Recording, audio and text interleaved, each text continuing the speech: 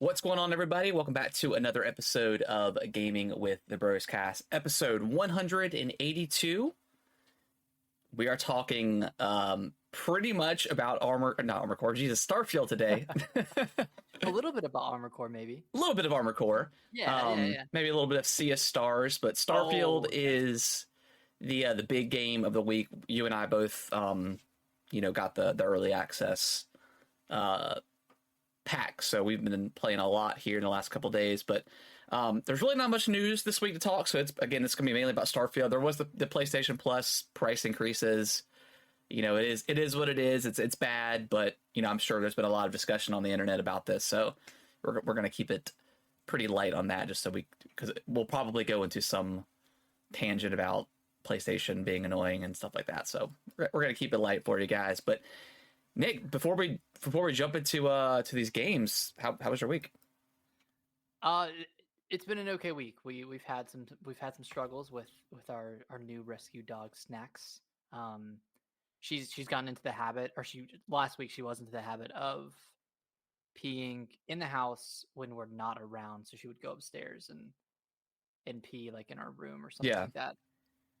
So after that, she did it like one or two times, and then she did it once in the middle of the night when we let her out to go to the bathroom. She like immediately went up to the carpet and peed. And we were getting a little frustrated. So, what we've been doing the past few days is just keeping her on a leash at all times in the house. Okay. That way she can't get too far away from us. And we've like connected two leashes together, so she has a decent amount of room to walk around and stuff. But that's been helping a lot, and we haven't had any problems since then. And I don't know, it's been tough because we're like trying to get her to go to the bathroom at certain times. We're trying to get her to pee in the yard, and for the most part she does, but she doesn't really do it when we're around. So outside of like us actually walking her, which we're not really supposed to be doing since she's on her heartworm treatment, she's not really peeing in the yard. So have y'all when y'all let her out, do y'all go out there with her, or do you just let her out and then shut the door? Last week we were letting her out and we shut the door, and she would just go over to like one side of the yard and just lay down and chill out. And then we started taking her out on a leash to the yard, and she would just sit down and wouldn't do anything. So eventually, like in the morning and night, we take her out in front of the house and actually like walk her just a little bit, and she pees. And then we bought this steel frame like cage, like a 5x5 cage, and we put that in the yard. And we've started putting her in that and going inside and letting her use the bathroom there to kind of establish like a pee spot. And then we're gonna see if we can take her out on a leash out there, and then eventually just let her out and know that she's going to pee. Because right now, or I guess last week, we didn't really know if she was peeing outside because we couldn't keep an eye on her where she went in the yard. So it's been a struggle, but these past few days have been really good. She's been sleeping through the night past 2 nights. That's good. Which is it's always going to take them a couple of weeks to get acclimated. Yeah, I mean, to everything. The 3-3-3. It's pretty much like having a puppy with her being like 6. It's pretty much like puppy status, even though she's older. But yeah, like she doesn't know what it's like to be, to really be a house trained dog, since she's presumably from a puppy mill, and I'm making the assumption that they did not treat her very well there. So probably not. It's just kind of training her. We're thinking about getting a trainer to come in and help us out too. Okay. But other than those issues of her having the occasional accidents in the house and her separation anxiety, which is very bad at the moment, she's really sweet and she's really chill. It's just we're trying to to nip that stuff in the bud. Yeah. Okay. Yeah, so it's been good. It's been a little tiring, but we're getting there. Cool. Okay, that's good. Yeah. How you doing? How's your week? Doing pretty good. It's pretty easy, typical work week and stuff like that. I mean, so the week before Labor Day, it's always pretty easy. can't. I mean, I work from home still, so can't ever really complain about that stuff.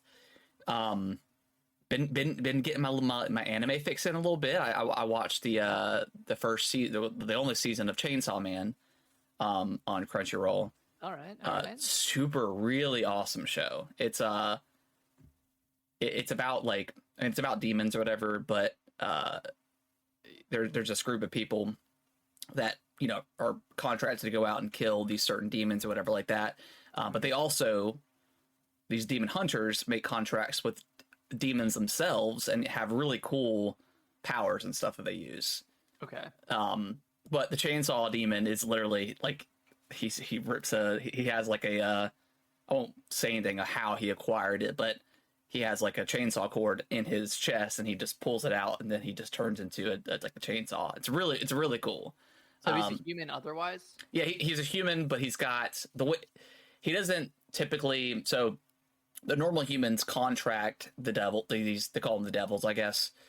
Contract the devils, and the contract really depends on the devil itself. So one of the main one of the demon hunters had to give her right eye as like payment for the devil contract.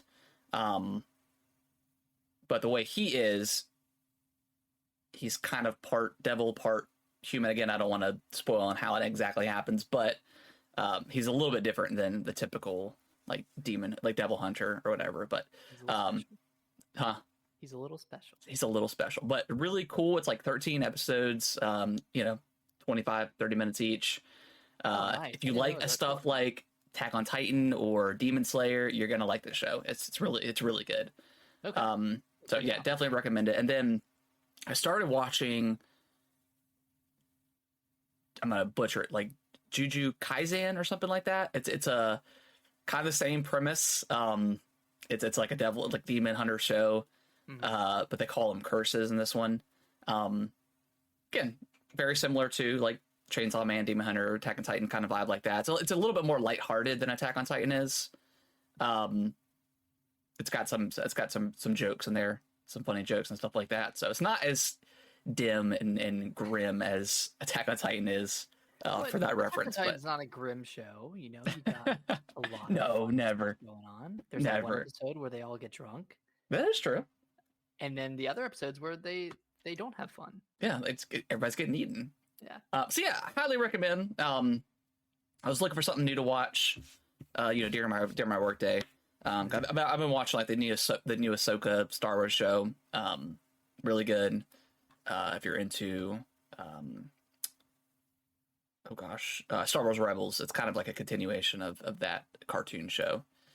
That's really good. But yeah, just been watching a lot of TV in the downtime when I'm not playing Starfield. But Nick, before we jump into Starfield, I want to hear some more about Armored Core. Yeah, so I'm still on chapter 3. I think last week I had I was stuck on the sea spider boss. Yeah. And I beat that one using your technique minus the tetrapod legs. Mm-hmm. I just used like regular legs and that worked pretty well. And then I did a few more missions and the story is like kind of ramping up a little bit. It is, yeah. It's getting pretty good and pretty interesting, and there's a lot of like dynamic levels, like or dynamic missions that kind of change on the fly or like change at the very end, and it's kind of cool. I'm really enjoying it. I wish I had like an extra week with this game or a week or two with this game before Starfield. Yeah. And Sea of Stars came out. Yeah. But I'm really loving it. I'm gonna backseat it for a little bit while I play Starfield and Sea of Stars, but definitely want to come back to it. Yeah. And finish it up.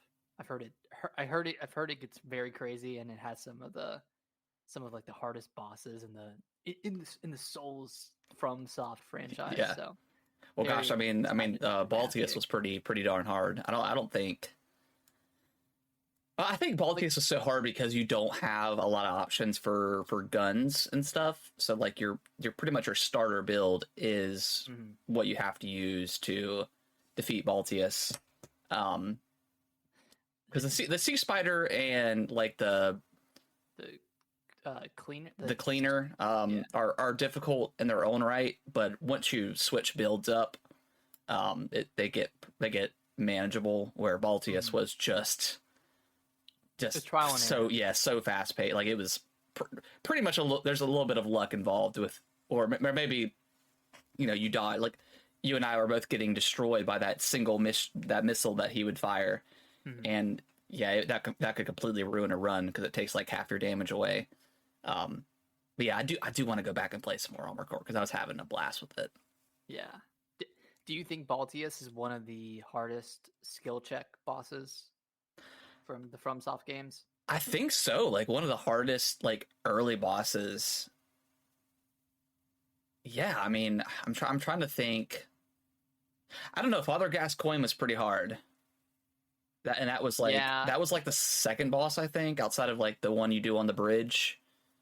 But if you had that, if you had like the incinerary like bomb, the fire bomb, it kind of made it more manageable. Like that is true.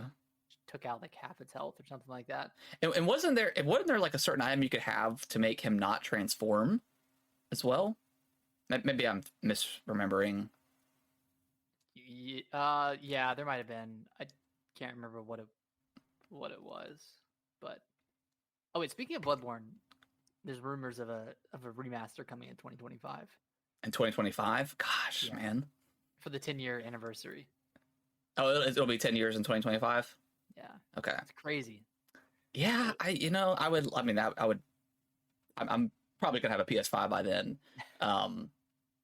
Yeah, I mean, I would love to have that. I would love to see a Bloodborne 2. To just, I mean, more so than anything. Yeah, but I mean, that's what they're going to give us. Sure, I'll take a remaster. I'll definitely play that game again in 60 FPS and crispy graphics and stuff like that. So, yeah, Father Gascoigne was really hard.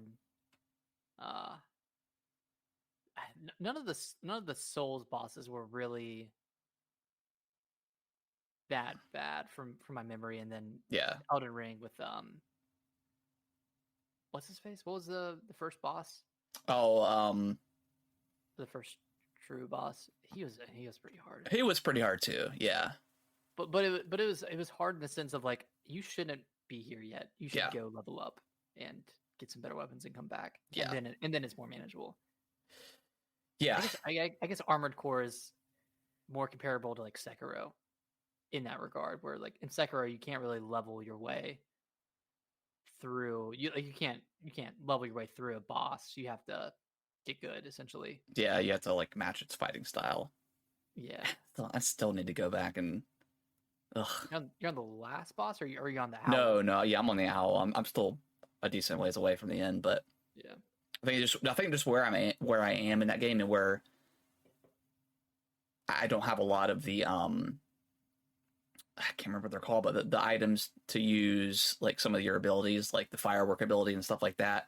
I think I had to go back and farm some of that stuff, and I just hadn't had the time to go back and do that, because I've tried to fight the boss. Like I did like an hour, like an hour and a half, maybe like a couple months ago, and just couldn't push through it. So I'll do it eventually, but it's that game. It's that. Well, I don't think I've ever actually officially beaten Dark Souls 1 either. So I need to do that. Did you make it? Like, did you get to the last boss there? I don't think so. Okay.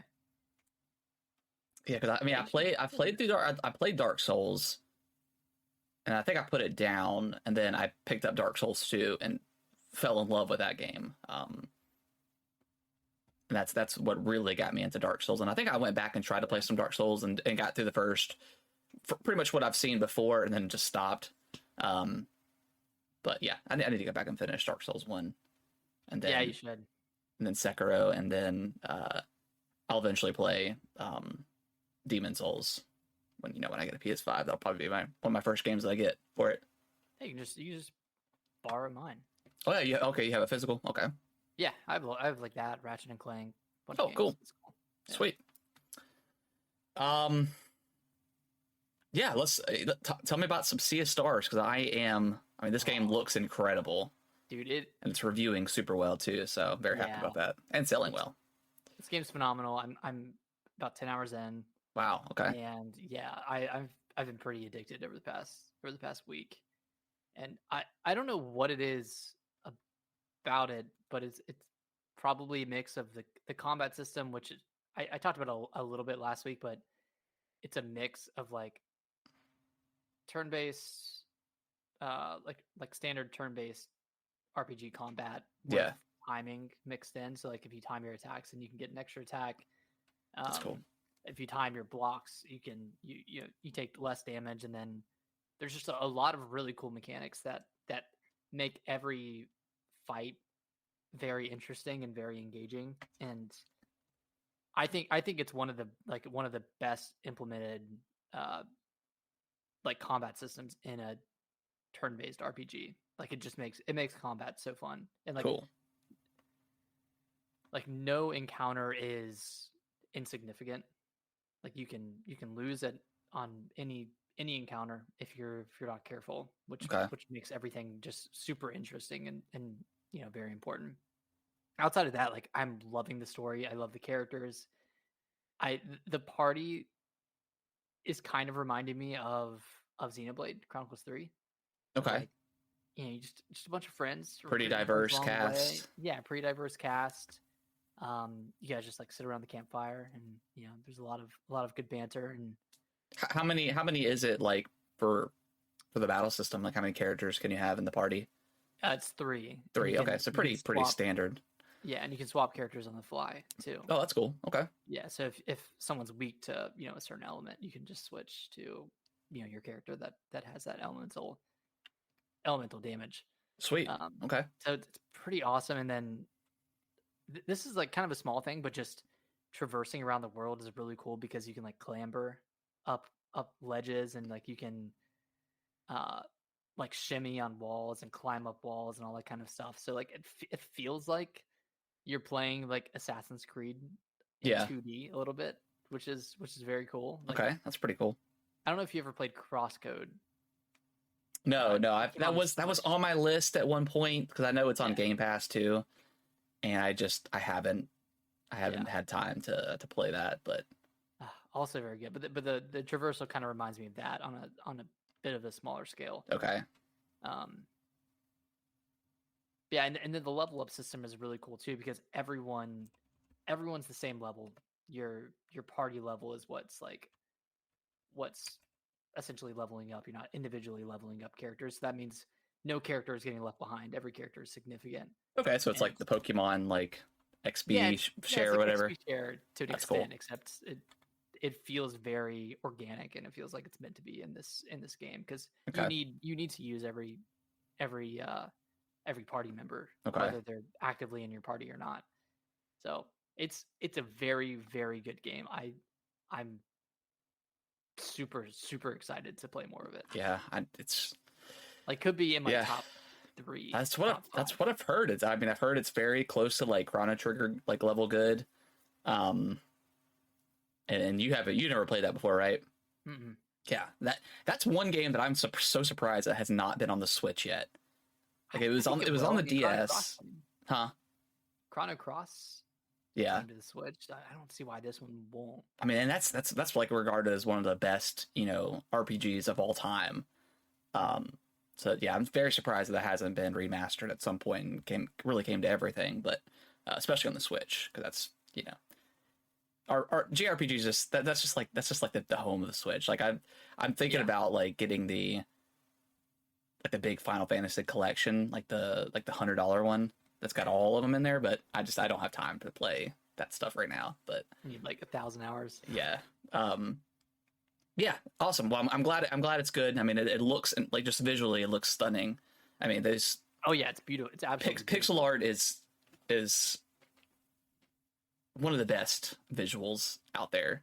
Yeah. 16-bit. It reminds me of reminds me of like the legacy of Goku in Boo's Fury on the GBA. Except obviously it looks much better than that, but it's kind of giving me that type of feeling. Okay. So, that's cool. Yeah, don't pick it up now because you're not going to play it with Starfield Yeah. being out, but you got to pick this up. Sweet. Well, I'm glad it's good. It looks incredible. Mm-hmm. So before we jump into Starfield, Nate, did you watch any of the Nintendo Treehouse Live stuff on Friday? No, I didn't. I kind of like read about updates for Super Mario Wonder. But gotcha. Okay. Yeah, I watched. I tuned into to OJ's stream, Play Wrestling, and watched that while he was streaming. It looks incredible, man. It looks awesome. The badges. Oh, I guess we didn't. Wait, were you talking about the Direct or the Nintendo Treehouse thing? Was the Direct last week? Yeah, I guess we need to talk about the Direct. Okay, yeah. So we were pseudo right in a coming Direct, and people are still speculating that we'll get one this week, which is crazy. Yeah. But yeah, I mean the Direct. I mean, the game looks amazing. Like this looks the best 2D Mario in a very, very long time. Like I wasn't impressed with like the new Super Mario Brothers. It just didn't do it for me. But this just looks so different. Visually, it looks amazing. The animations, whoever did the animations deserves just any sort of raise Nintendo could give them because it looks incredible. Yeah, so everyone's so expressive. And it's just it's like, and I read that can't remember who did the article. It might have been like Eurogamer or it might have been them, but essentially like the team behind Super Mario Wonder didn't have a deadline. Yeah, that's what I saw. They were just coming up with ideas and seeing if they would work. Like they didn't have any didn't have any single deadline, and they could just throw any ideas they had. I think for a certain period of time they weren't allowed to reuse any gimmicks, any enemies, or any power-ups or anything in their development. So that probably fueled a lot of new enemy designs, a lot of new power-ups, gimmicks. Yeah. And that should be the case for every game. But obviously something like Mario Wonder it's not going to have a huge budget like, God of War or Starfield or something like that. So no. So if there's any sort of discourse online, I haven't seen any, but people are saying, "Oh, well, this is how every game should be." It's a little bit of a different scale, and even Mario Odyssey, I don't think is I don't know what the budget is on that, but I doubt it's nowhere near something like God of War or Last of Us or Halo Infinite or even Tears of the Kingdom. But that being said, this game looks just incredible. I can't wait to play it. Yeah, and even the online, even though you can't do active co-op, there's still a lot to the online. Yeah, it looks cool. I like the fact that you can die and you have a 5-second kind of touch point to get to touch a ghost in the map to bring you back to life. So there's a lot of really cool ideas, and I know some people are kind of upset about the co-op stuff, but we've got the local 4-player co-op, and that looks like it's going to be great. I am kind of disappointed that Yoshi is easy mode, because I do love to play Yoshi anytime I can in these types of games, and he's the easy mode. He can't transform, but he can't take damage. Yeah, which I get. Not a big deal. Not a big deal. It's he's the only one that really does anything different, and the other characters play the same, unlike previous games where Peach had, she could descend slowly, she could descend gradually, Luigi could jump higher, that kind of stuff. They all play the same. It's all an even playing field. That's cool. Aside from Yoshi. And then you have the badge system, which looks really cool. Which is awesome. There's a wall climb, there's an invisibility mode, which makes the game way harder. Yeah. There's a lot of stuff to either the giant hat mode, where you can descend down super slowly. They did a really good job. I did not expect them to go this in depth with the different changes that they made with this game. Yeah, it looks really cool. Yeah, and then of course the Wonderflower stuff looks so trippy and so awesome. Yeah.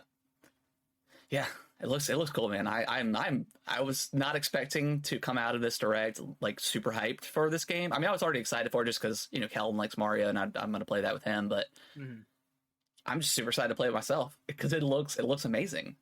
Yeah, going into the end of the year, this is probably my most hyped game. Like maybe this and Alan Wake 2. Yeah. Maybe Spider-Man 2, depending on. That comes out on the same day as Spider-Man. Yeah, but I'm gonna be playing Mario. Are you gonna pick up Spider-Man day one, or are you gonna wait for that? I might wait. Because Alan Wake comes out like the week after, right? It's like the 27th or 28th, something like that. Yeah, I think it was initially the week before, but it got delayed by a week. Yeah, well, they wanted to get away from everything else, which is super smart. Yeah, I think if I had a PS5, I would probably wait for Spider-Man at this point. Not saying that I'm not excited for it. I am, but Wonder looks incredible, and then Alan Wake 2 is a day one for sure. I mean, that game just looks. I mean, it's another freaking a survival horror game, which is we've had so many this year, and I can't get enough of them. It was so heavy at the beginning of the year, and then we've had this, this lull. No survival horror games lately, and then then we're back with Alan Wake 2. Like, can't wait, man! The year of survival horror, and it's the best year in gaming. It's been one of the best years in such a long time. I would argue this is better than 2017 for sure. 27. Yeah, that was the Switch launch. Yeah, Mario Odyssey, Resident Evil 7. Yeah, good year. All right. Well, speaking of the best year in gaming, you want to get into Starfield? Let's dive into Starfield. So we'll start with I want to start with the Metacritic score, because right now it's sitting at an 88 on Metacritic for PC and 87 for Xbox Series X, which is an incredible score. Obviously, I wanted it to be in the 90s, because I mean, why wouldn't you want a game to score incredibly high? I just want it to be in the 90s so we could shut everybody up that was so negative about the game. But again, an 88, 87 is an incredible score. All the reviews that I've seen and watched and a lot of the what people had to say about the game so far, I'm in agreement with it. So I'll stop that there. How have you liked it? Because I think you're about the same. How many hours are you in the game? I'm 11 hours in. Okay, so I played a ton today. Gotcha. Okay, so you're probably about 4 or 5 hours more than I am. How have you liked it so far? So for the first few hours, I was a little bit overwhelmed and underwhelmed. Yes. If that makes sense. Yes. Like it's kind of slow opening. You go to New Atlantis, and like seemingly like there's not a ton to it. Yeah. I don't know if that makes sense, but like I was just kind of like underwhelmed with what I was getting with the experience at first, and I didn't know what to do essentially. Same here. And then I continued with the main story, and I kind of went down a couple of side stories and went to some random planets and explored those, and like went to like these crazy outposts that had a lot of lore to them and a lot of fun stuff. And that's when my opinion started to really change on the game. And since then, so probably past the 4 or 5 hour mark, I've really been enjoying it. And I think, and sorry, I'm not trying to talk too much about it before you get a chance, but I think like the limitations of the game in terms of like, oh, there's like loading screens between systems, between planets. I don't want to sound like I'm overselling, but I think those are for the best, because otherwise you'd spend a lot of your time traveling between planets. Yeah.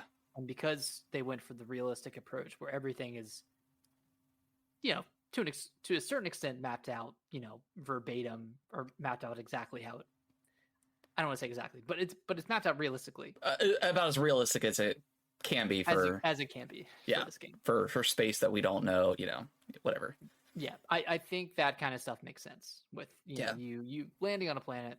That's a loading screen, but then you can fast travel to another planet without going into space. So like there's a lot of ways to circumvent going into space if you don't want to. Yeah, I've been enjoying going into space recently since it's beautiful. Like the game's like visually, it looks stunning. Like the lighting is incredible. Yeah, there's some face, like some character models that don't look as good as, some of the main story people, but visually this game looks just incredible. It does. Yeah, it looks really good. And like even just exploring some of the outposts, like exploring like random rooms, like everything is so detailed, and you can pick up like every item. Yes. You can store every item away. Like there's so many systems going on at once in this game that. And does the game tell you at all that you can pick these items up, like physically pick it up? No, it doesn't tell you that you can physically pick it up. Because I was moved around. Because one thing I did, I went on this random planet and I got attacked by space pirates or whatever. Because I think I picked one of my skill sets or one of my, I don't know, as wanted. So periodically someone will come after you. And that actually ended up helping me in another scenario where there was like a standoff at this bank, and I think you've probably done this. But they're just okay. So there's a standoff at this bank, and they're kind of at a standstill for talking to the sheriff and stuff. So you have to be like the negotiator, and you start the conversation. He's like, "Oh, well, I guess you're the negotiator, huh?" And you could say, "Hey, well, I'm actually wanted as well," and they kind of click with you, and it makes it a little bit easier to persuade them to drop the hostages and stuff like that, which is really cool. But I ended up going, I found this one planet, got attacked, killed a couple of their guys, got on board of their ship, killed their crew, and then stole the ship and just then left orbit. But for like 3 hours, I've had these dead bodies just chilling in my cockpit. And I was like, man, this is a Bethesda game. I know I can pick something up. I tried all the buttons, and then I was like, well, let me just try holding A, and then that's what initiated the being able to pick up, and then you could obviously do that with anything. So yeah, that's crazy that they don't tell you that. Did you remove them from the ship? I have not yet. I just they're still just chilling there, but I know that I can. So I don't know if I can. I don't know if I can, because you have to go through the loading screen to go back outside. So I don't know if I can do that or not. I'll have to check and see if I can. Otherwise, there's going to be a pile of dead bodies in the corner somewhere. Yeah, because I did the same thing today where I took a ship, and I didn't end up wanting to use the ship because the cargo wasn't as good. Yeah. Space. But yeah, there's just a bunch of dead bodies. I'm like, what do I do with these? Where can I put these? Yeah. Is there like can I just add a room and just put all the bodies in a room or something? What was I gonna say? Oh yeah, and apparently there's like peek too. Like you can peek with your gun as well, but I have no idea how to do that. I haven't done it either. I'm assuming if you're aiming, you click the left stick to peek. Maybe I'll have to try that, but I feel like I tried everything to peek because like the cover is kind of trash.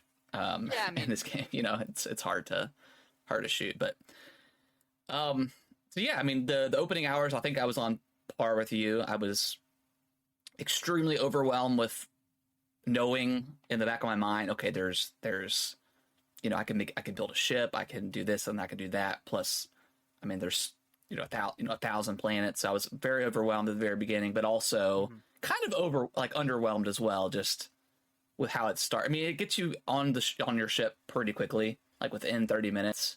Yeah. But then once you get up in your space, you're like, okay, this kind of feels weird. Like it feels like I'm locked into this. It doesn't feel like I'm actually piloting the ship. I'm just moving around the camera. So yeah, sorry. Yeah, go ahead.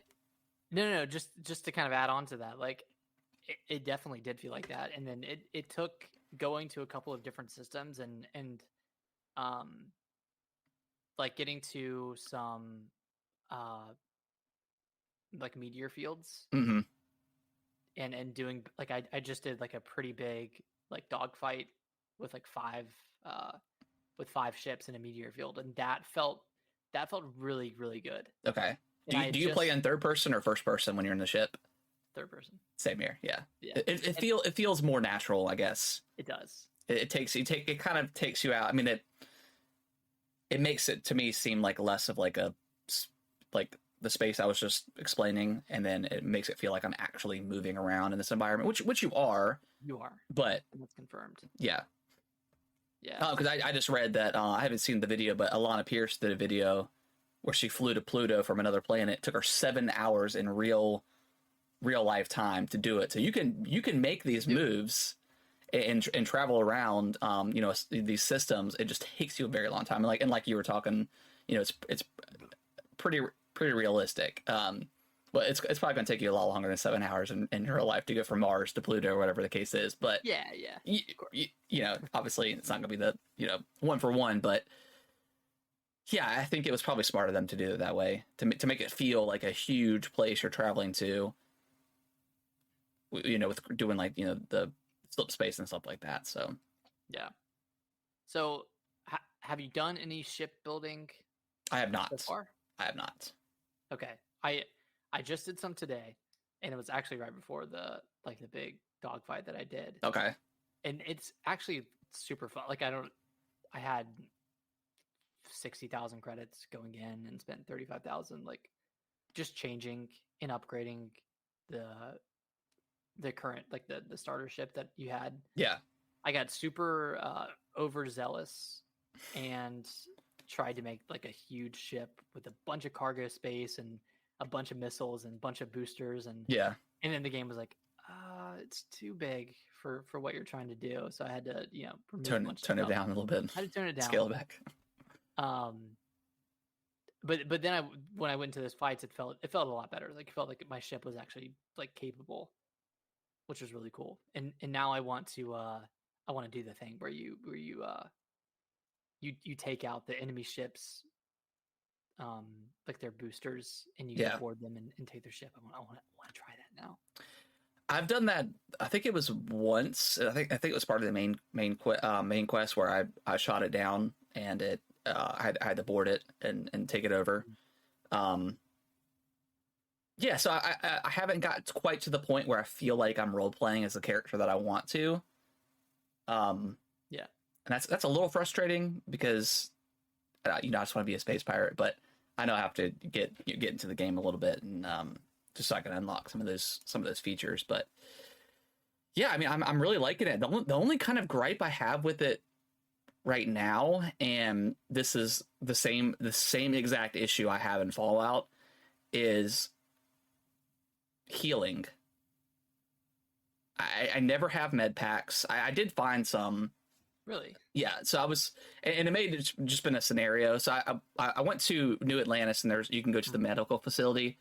So I could have bought some, but they were really expensive based off of the credits that I had. So I passed on it. And I ended up I was doing a main quest, and there was is it the starship, the star station? They had hailed me in because the space pirates had boarded and took over. So I went on there, and there was a hurt officer there, and he's like, hey, kill the space pirates and you could have, like a chest or some sort of loot at the end. And it's, worth it. And I got through it, and it was really cool because you can turn on and off the zero gravity, and you can kind of fly around the space station. And then when you get to another section, you can then turn it off, which is really cool. So I got through it, and at the very end, there was I was in this long corridor, and there's probably 6 or 7 enemies, and I had just a slither of health at this point, and I didn't have any med packs at all, and I was getting really frustrated because I died 20 times in a row, and that's the same issue with Fallout. Is I don't want to have to continuously go into the inventory and eat a piece of food that gives you 3 points of health. Granted, it was my fault for not coming prepared with the med packs, but they were just a little bit too expensive for me at the time. Yeah. And are you quick keying the med packs? Yeah, I've got them on the little dial, for the med packs. So when I have them, they're really super handy, but I just didn't have any at that point. And I just kept getting blasted away. So I ended up I went back to my ship, and I didn't have a team member with me, so I got Lynn to come with me, and that helped out a little bit. And we were able to power and I think I ended up going back to the ship, and there was a med pack and the officer's corridor or something like that. So I grabbed one and used it, and that helped out so I can get to the fight. But that was a little frustrating. But again, that's the same issue I always had with Fallout, as I felt like I never had health on me, which was frustrating. That's weird. Like I'm at the moment I'm having the opposite experience where like I have 20 med packs. Oh gosh. Okay. Well, like I've gone through like a few outposts and I'm just searching through everything and searching all the bodies that I kill, and like probably 20% of the time they have med packs on them. Okay.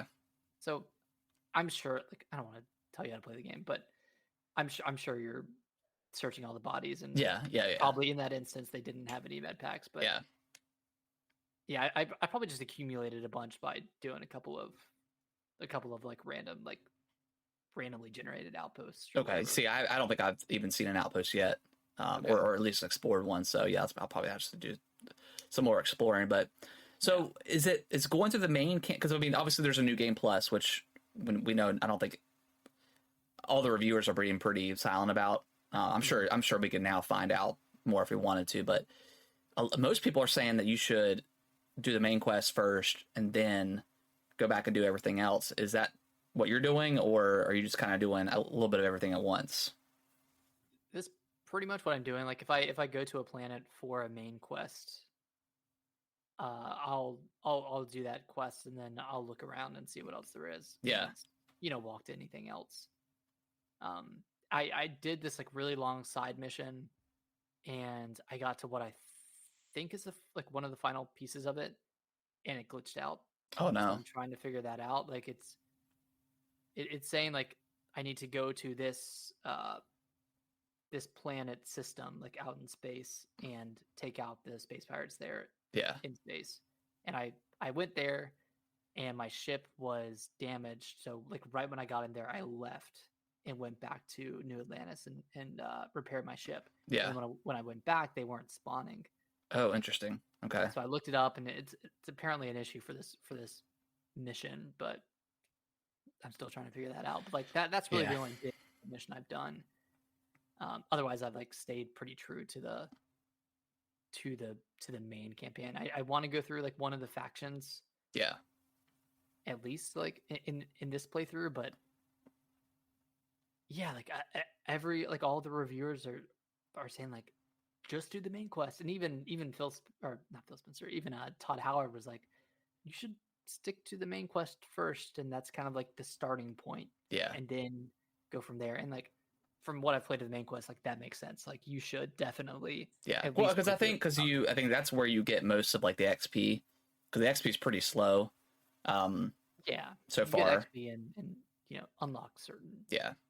Certain stuff that I accidentally spoiled for you. Earlier, but no, it's fine.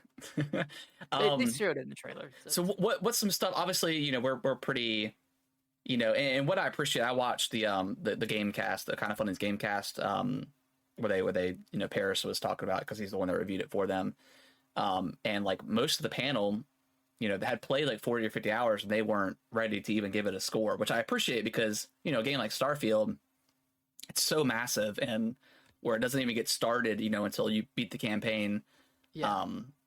I always appreciate. So, what's some stuff that you don't like about the game? Because there is quite a bit, I think, for me at least. I think there's a little bit of that Bethesda jank. Yeah. That is obviously still present in Starfield, just like it was in Fallout 4, just like it was present in Skyrim. Yeah. And it's gotten better, like the traversal and being able to clamber up walls and having the jetpack definitely makes traversal more fun. Yeah, it makes it quicker for sure. Yeah, it makes it quicker, but it still has that level of jank that just doesn't feel amazing. It feels good. It feels better than Fallout by far. If you were to go back and play that, I think people would realize that this is a big improvement. But yeah, just that level of jank, and then I think the tutorialization of a lot of the systems needs to be a lot clearer. It is kind of bad. Yeah, it's pretty bad. Like I started a base on a random planet today, and that was really fun. And I started like siphoning water from the planet, and I can go back there and collect it. And I can do the same for iron. I can like build like a bunch of stuff, and I've built like a landing pad so I can land right there and everything. Yeah, so that's cool. That's pretty cool. But like the game didn't really tell you about that until you started it. Because I accidentally like started building a base, and it's like, oh, did you know you could build a base? And I'm like, yeah, apparently I'm doing it.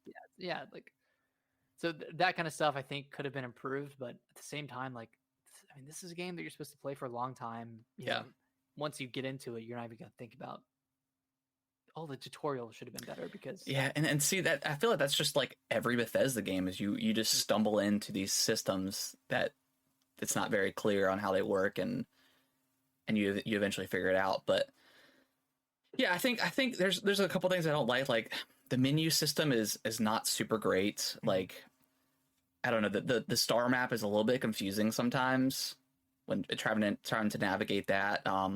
It's gotten a little bit clearer to me on how it works as I played, but it was kind of confusing at first. And like the inventory, I don't think it's horrible. Like everything is pretty spaced, like is categorized, but man, like being over encumbered 95% of the time while I'm playing this game kind of sucks.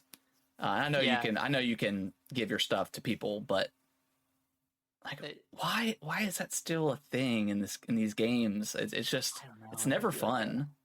Might be like a game cache issue. Like maybe. I don't know.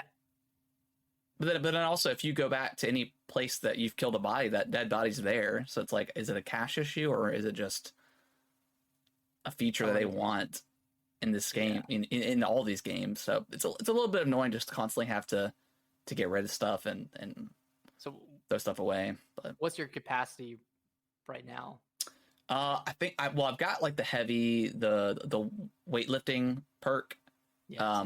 So I don't know exactly what it's at right now, but it's decent. Like I've been overcumbered a couple times, but then you can't fast travel when it's like that, so it's like super annoying too. Drop something, yeah. So I mean, like it's getting better for me. I'm at like 195. Okay. Right now, so it's getting. I think I'm right about there because I think I've got the second level of the perk. Okay. Activated. I have too. It's like 25% extra. Yeah. I just picked up like a random like sheet of paper that increased my capacity by 5. So those are around too that I think are in other Bethesda games, but like you just increase your stats by finding random stuff. Yeah. Okay. Yeah, that it's kind of weird. Like I just found it easier to like offload all of my like resources, like all of my iron and all the minerals onto the ship when I get back, because like that actually takes up most of it. It does, yeah.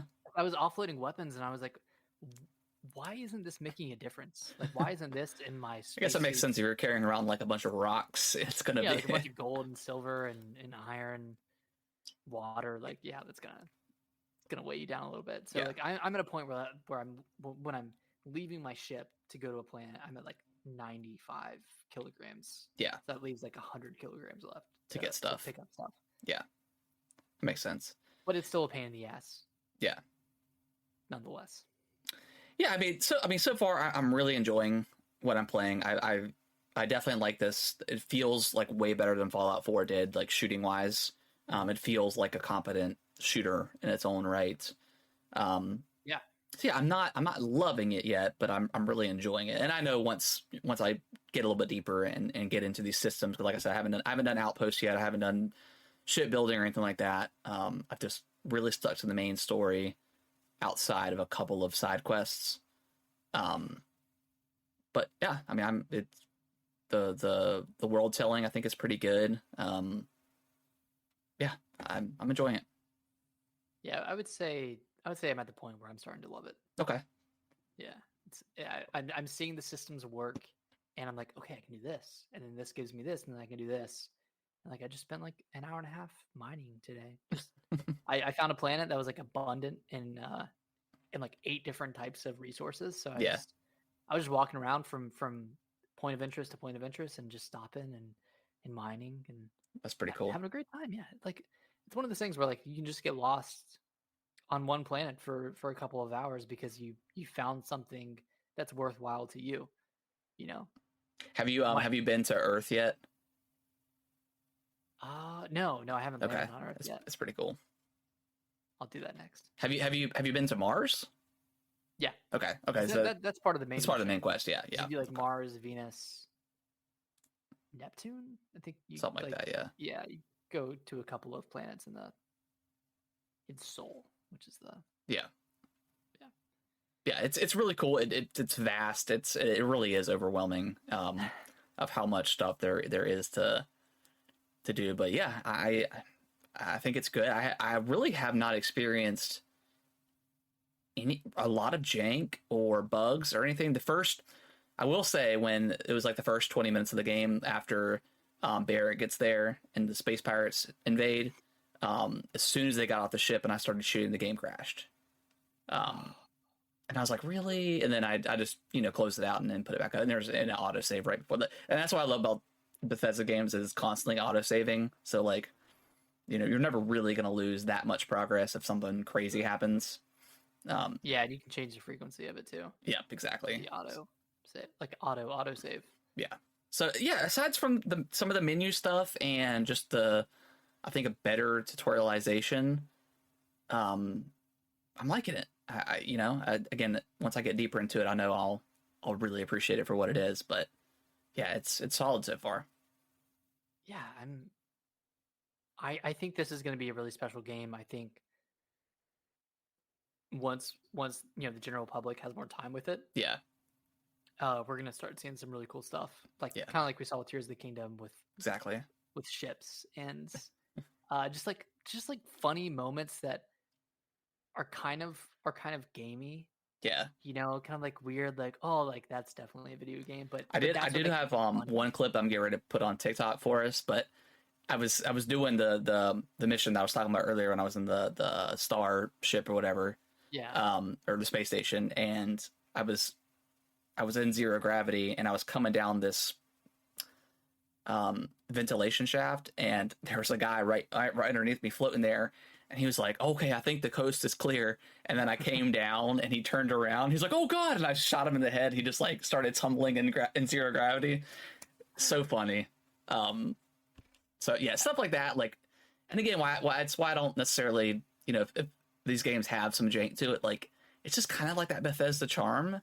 I know nowadays these gamers can't tolerate any sort of fun when it comes to glitches and stuff like that. But we grew up with that stuff, so it's hilarious to us. Yeah, like I saw a video today of like someone was trying to kind of talk shit on the game, and they showed a clip of like you shooting someone in a chair. Yeah. And they got up, and then they like reacted to getting shot. I'm like, dude, that's funny. Funny. That's funny. Like it has no impact on your experience of the game other than just being a funny moment. Yeah. And like, I don't know. Like I'm here for those, man. Like, yeah, I'm here for you shooting a spacer and then they go like, my eye, he shot my eye, like that kind of stuff. It's just, like, I don't know, it's just funny. There's a moment where I have the pickpocket perk, and I was in New Atlantis, and there was a guard walking by, and I crept up on him, and he turned around and looked at me, and then kept walking, and then I creeped up on him again and stole like his ammunition. And then he turns around and looks at me, and he's like, "Don't be doing any funny business with the with your jetpack. We there's already people flying around in the sky as is, or something like that." I'm like, there's no way he didn't feel me in his pockets, but I don't know. But watch that jetpack. He's like, just watch that. Don't do any funny business with that jetpack. Stuff like that, man. I need to get that perk. Yeah, stuff like that is just so funny. And then like, I don't know if we can do it, but in like Fallout 3 and 4, you can pickpocket somebody and put a grenade in them, and then they blow up. That was always really funny about Fallout. So I can't wait to just explore the galaxy and see what I can find. Hopefully there'll be something as memeable as I took an arrow to the knee, something like that, because that's just classic. And I think they do reference that in this game, I heard. Okay, I'm sure they do. Which is hilarious. The clip of it's like you're hauling a random spaceship, and they reach out and they're like, We've been trying to contact you about your ship's extended warranty. No way. Really? Okay. That's hilarious. It's like stupid stuff. There was a moment where there are some limitations with who you can and can't kill. So there was this I traveled to this one system and I got hailed by this this ship that was it was a school ship. They were out like on an expedition or something like that. So there's a bunch of kids in the background talking to the lady, and she was like, "Oh yeah, we got damaged or something. Do you have any spare ship parts?" And I didn't have it. So there was one option was like, I'm not gonna help you. You're on your own. And then the other one was like, well, I don't have it. But I immediately jumped to, I was like, can I kill these people? And I shot the ship. I hard saved, and then I shot the ship, and it didn't do any damage to it. Okay. And they didn't react either. Can't. So I thought that was interesting. But also, it's like in these games, you just, because as soon as I heard the kids in the background, I was like, I'm gonna blow you up. Where's the line? Like where's the line? Yeah. So apparently there's a line in the sand for this type of stuff, which I think it's been the case in all Bethesda games. You just can't kill kids. But it was funny that I shot the ship and they just didn't take damage, nor did they like react in any sort of not even way. Giving you the satisfaction. Yeah. Like, hey, what are you doing?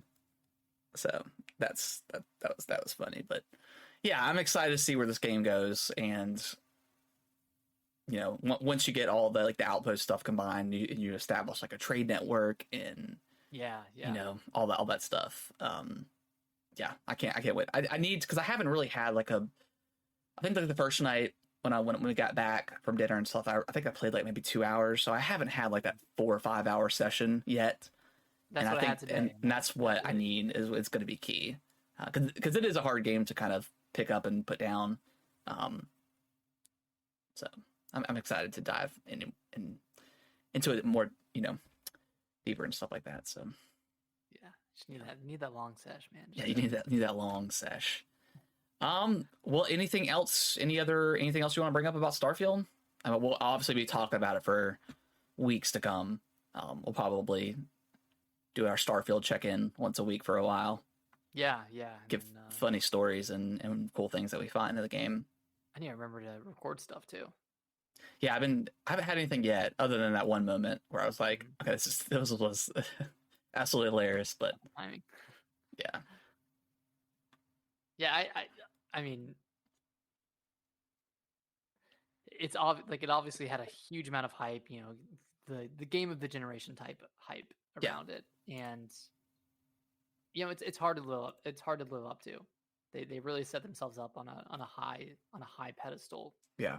With this game, and at this point, like I think it's deserving of it. I can see how big this game truly is, and that's like really exciting. Yeah. But it's gonna be a bit divisive. Yeah. Depending on how many Bethesda games you've played and which Bethesda games you've played previously. Like, I don't know. It's gonna be a bit of a divisive game, I think, with the general public. Yeah.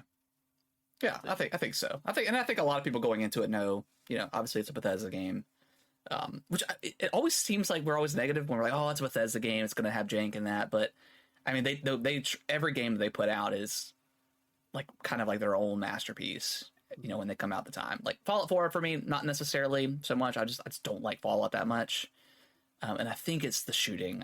I never just enjoy the shooting. So like, and obviously that's a big part of the game. So it's hard to. Which I think I liked Fallout 3 a lot better than I liked Fallout 4.